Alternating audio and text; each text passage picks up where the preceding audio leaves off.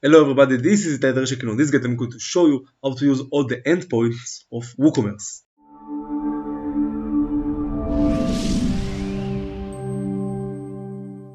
So first of all, in order to be able to use all the endpoints of Woocommerce, you have to download the plugin that's called Woocommerce, which is free on Wordpress. After that, you go on the dashboard to settings, and there you can see the advanced settings right here on this tab.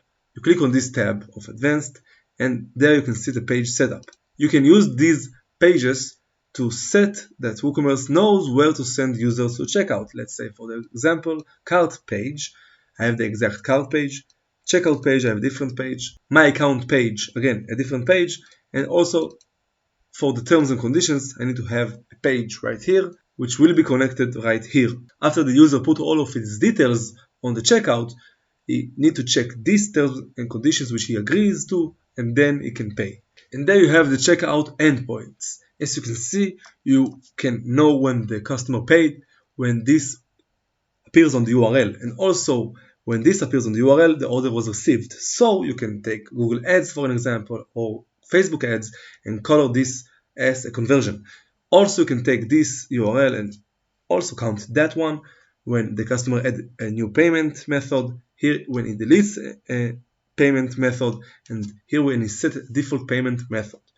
Down here you have all the account endpoints, where you can see on the My Account page, you have these tabs right here, which contains a different page and details. Every account, of course, it has his own details right here, and he can add them or edit them. Also, we can see his orders, which he paid for, and also we can see his downloads. If this is a virtual product store, he can see them right here and manage them as well. And of course, you have the lost password to reset the password, the payment method, which is the page of the payment methods, lost password to reset the password, and of course, customer logout to log out.